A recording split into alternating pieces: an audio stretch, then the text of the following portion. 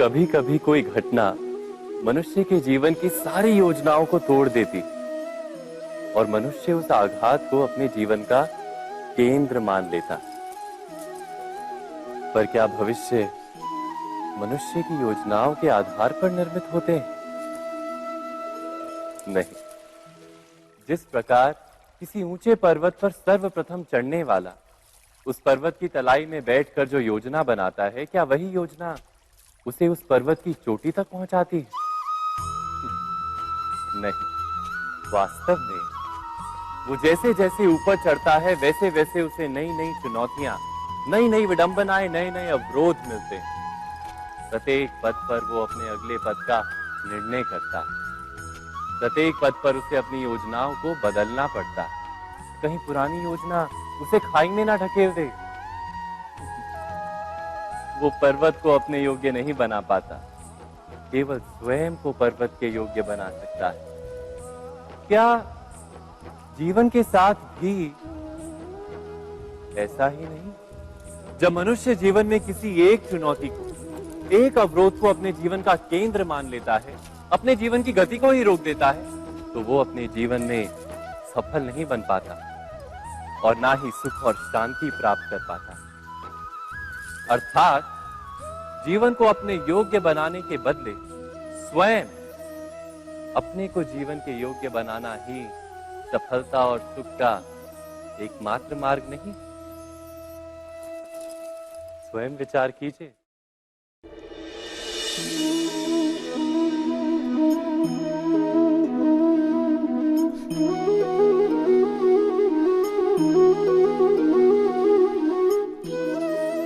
जीवन का हर क्षण निर्णय का क्षण होता है। प्रत्येक पद पर दूसरे पद के विषय में कोई निर्णय करना ही पड़ता है और निर्णय अपना प्रभाव छोड़ जाता है। आज किए गए निर्णय भविष्य में सुख अथवा दुख निर्मित करते हैं, ना केवल अपने लिए, अपने परिवार के लिए भी, आने वाली पीढ़ियों के लिए भी।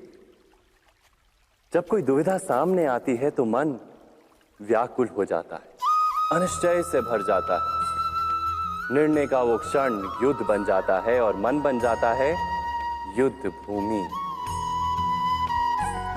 अधिकतर निर्णय हम दुविधा का उपाय करने के लिए नहीं, केवल मन को शांत करने के लिए लेते हैं। पर क्या कोई दौड़ते हुए भोजन कर सकता है? नहीं। तो क्या युद्ध से जूझता हुआ मन कोई योग्य निर्णय ले पाएगा?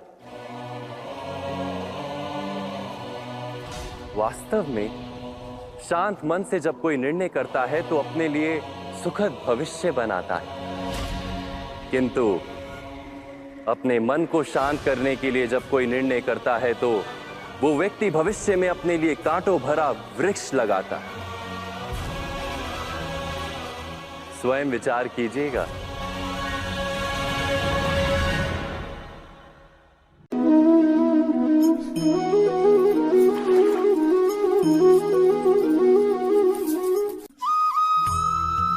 जीवन में आने वाले संघर्षों के लिए जब मनुष्य स्वयं को योग्य नहीं मानता, जब उसे अपने ही बल पर विश्वास नहीं रहता, तब वो सद्गुणों को त्याग कर दुर्गुणों को अपनाता है।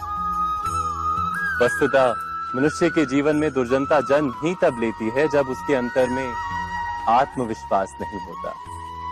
आत्मविश्वास ही अच्छाई को धारण करता है। ये आत्मविश्वास है क्या?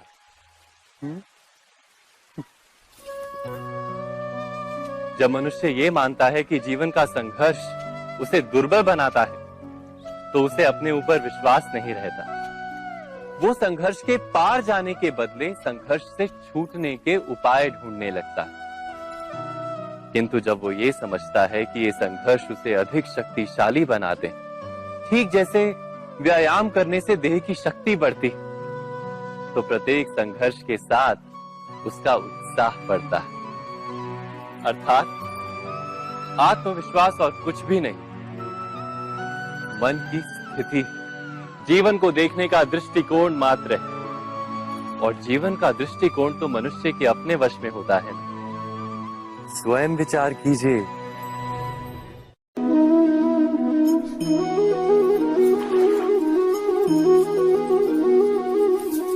पिता सदा ही अपने संतान के सुख की कामना करते हैं, उनके भविष्य की चिंता करते रहते हैं।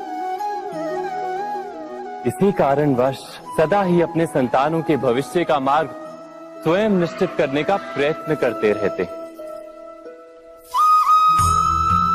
जिस मार्ग पर पिता स्वयं चला है, जिस मार्ग के कंकर पत्थर को स्वयं देखा है, मार्ग की छाया, मार्ग की धूप को स्वयं जाना है, उसी मार्ग पर उसका पुत्र भी चले, यही इच्छा रहती है हर पिता की। निस्संदेह उत्तम भावना है ये, किंतु 3 प्रश्नों के ऊपर विचार करना हम भूल ही जाते हैं। कौन से प्रश्न? प्रथम प्रश्न, क्या समय के साथ प्रत्येक मार्ग बदल नहीं जाते?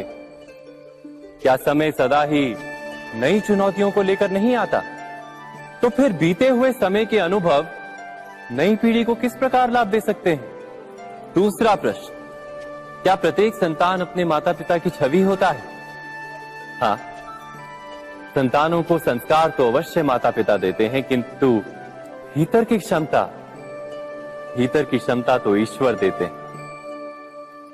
तो जिस मार्ग पर पिता को सफलता मिली है, विश्वास है कि उसी मार्ग पर उसकी संतानों को भी सफलता और सुख प्राप्त होगा। तीसरा प्रश्न, क्या जीवन के संघर्ष और चुनौतियां लाभकारी नहीं होती? क्या प्रत्येक नया प्रश्न एक नए उत्तर का द्वार नहीं खोलता? तो फिर संतानों को नए नए प्रश्नों, संघर्षों और चुनौतियों से दूर रखना, ये उनके लिए लाभ करना कहलाएगा या हानि पहुंचाना?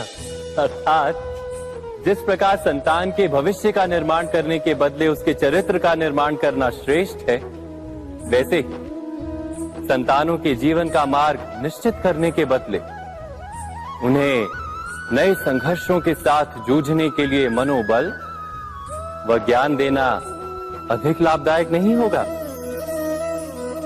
स्वयं विचार कीजिए।